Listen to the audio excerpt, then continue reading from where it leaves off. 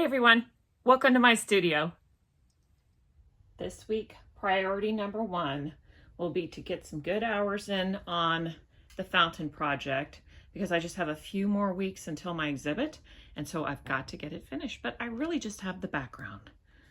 And this is the fountain bin cover, which I got nowhere on last week, so I hope to make some progress getting some of those tiles on there. And I almost finished this birdhouse, so I want to finish the birdhouse, then I'll have a grouting party, get this thing grouted, and oh yeah, I signed up for the 100 moments from Sama, so I need to get this little beauty finished and mailed out.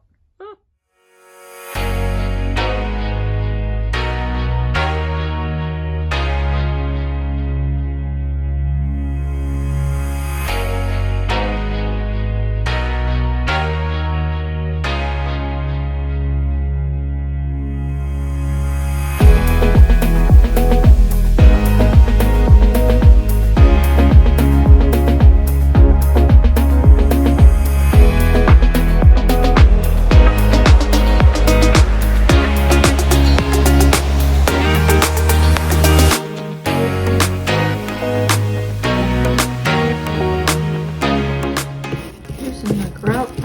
To uncover these faceted beads. So I grout out of there faster, and on the edges I have those same beads.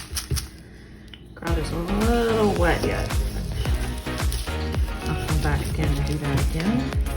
And then also around the gems. I just got back from Otto, North Carolina, where I visited John Phillips in his glass shop called Fire and Light Studio. And I bought a lot of things from little treasures from his drawers. And so I thought I would share them with you.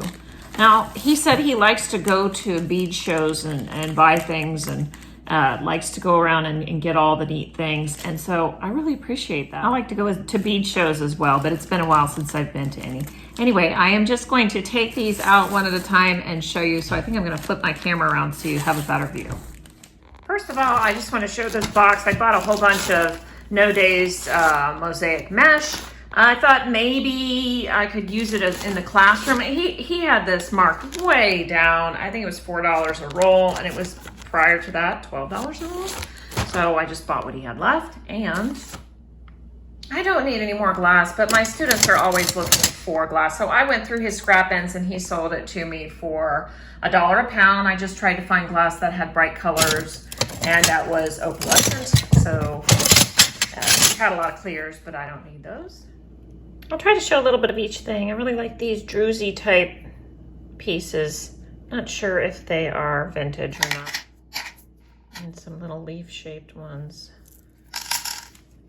Those were priced per piece, so I just bought a few of each. Aren't those beautiful? Purple. He had a lot of pewter things, so I just bought a few different ones. Isn't that pretty? Ooh.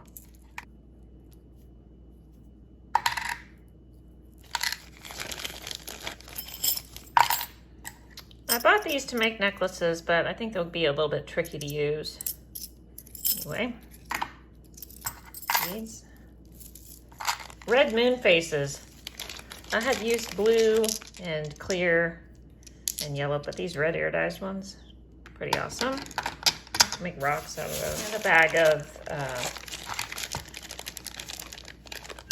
of beads.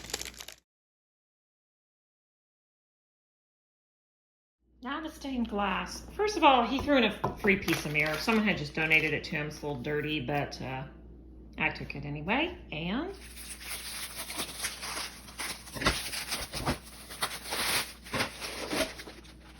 look at this. Nice.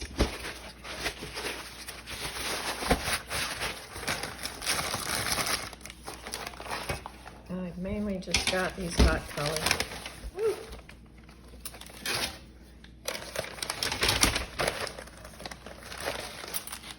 Last of all, I bought these rods, which don't look like anything special until you look at the end of them.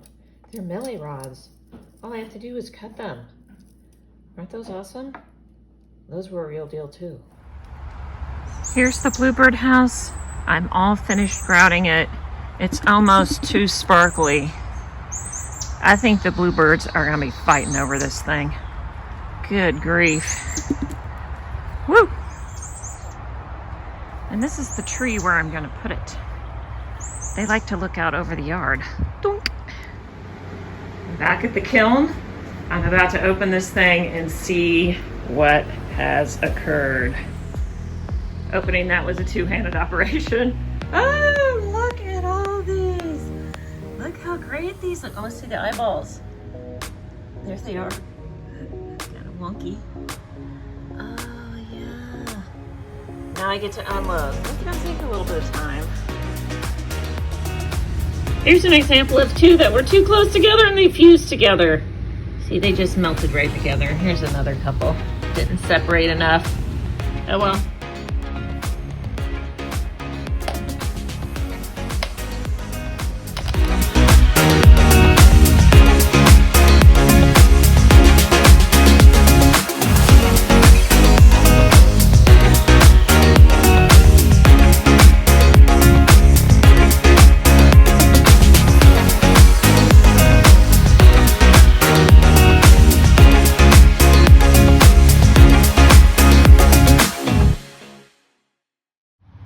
By picking them up one by one, I'm trying to preserve the kiln shelf paper so it can be used again.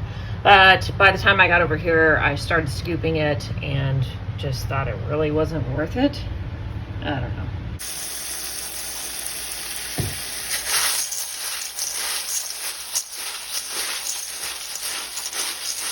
Aren't these just beautiful? I have brought them home and I put them in a colander and rinsed them off, and they have a little bit more drying to do, but I wanted to show and compare. This is sort of what you get at the craft store. Look how big it is. I didn't want anything that big, and so that's why I went through all the trouble of making these. I think I'm going to sort them into their different colors now. Here they all are sorted out.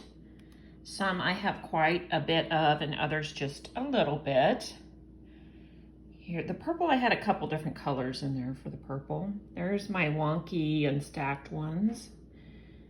Dark blue, medium, and light.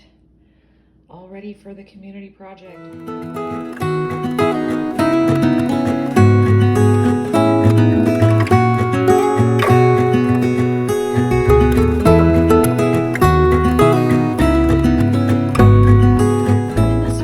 There's a lot of height differences between the glass, and that is why I use this tool to make sure that all of the beautiful glass is uncovered. So it's a little bit more work than your typical mosaic where all the glass is all the same height.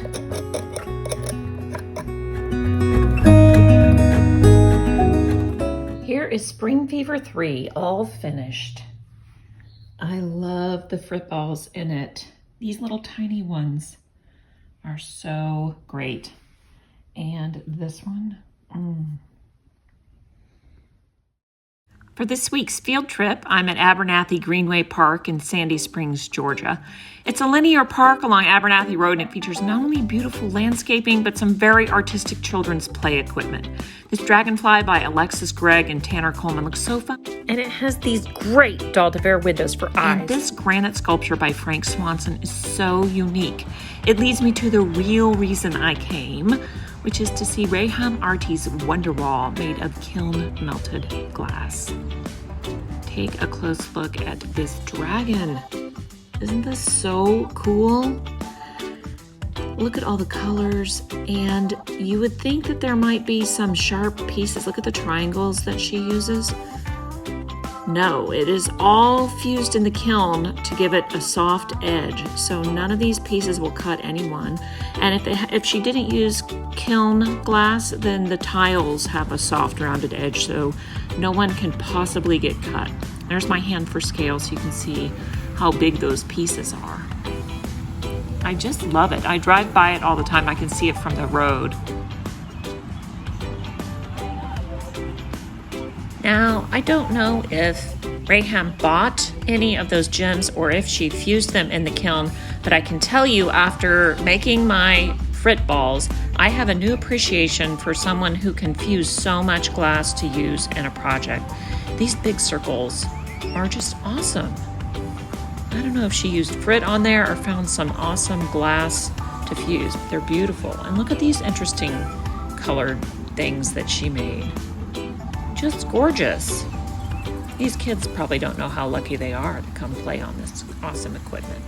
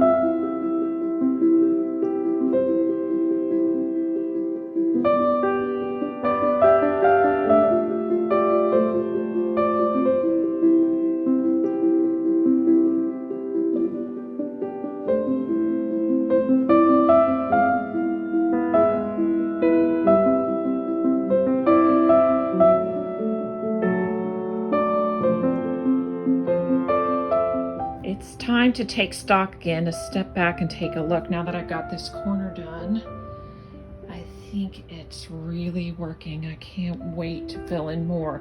So this is pretty much all just the background blue. I do have all the shadows and those flowers to work on. A little bit more border, but I think right now I'm going to turn it around and I am going to finish this border here and maybe start working on this upper corner. When I go in a little closer, you can see I have drawn some light lines to sort of indicate which way I want the glass to flow in the background. And I'm putting a couple rows around the birds, since they're sort of the main feature here, just to emphasize them. So let me get it turned around and get cracking on this upper corner.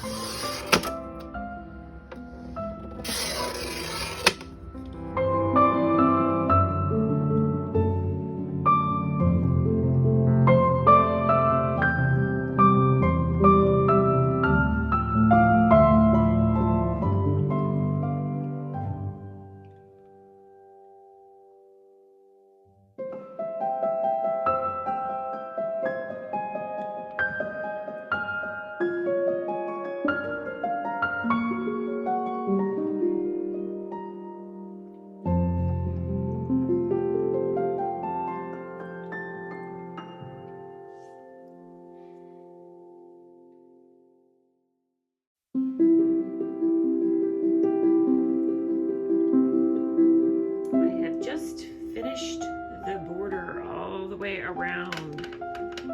Woo!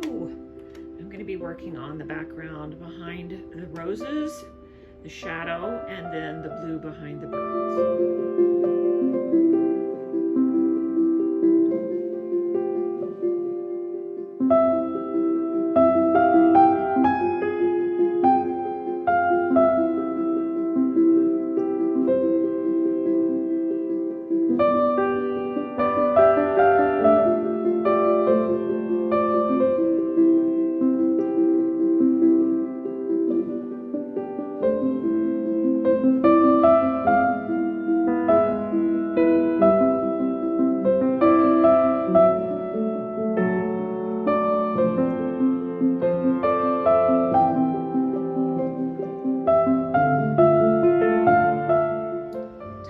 Again to do an overview.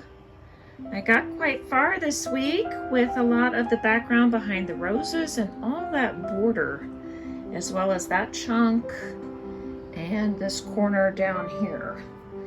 I might be able to finish piecing it next week. I think I feel really motivated. I haven't worked on the bin, but this is quite exciting. Even finished part of the water basin. Getting there. That's putting it together. Thanks for watching. See you next time.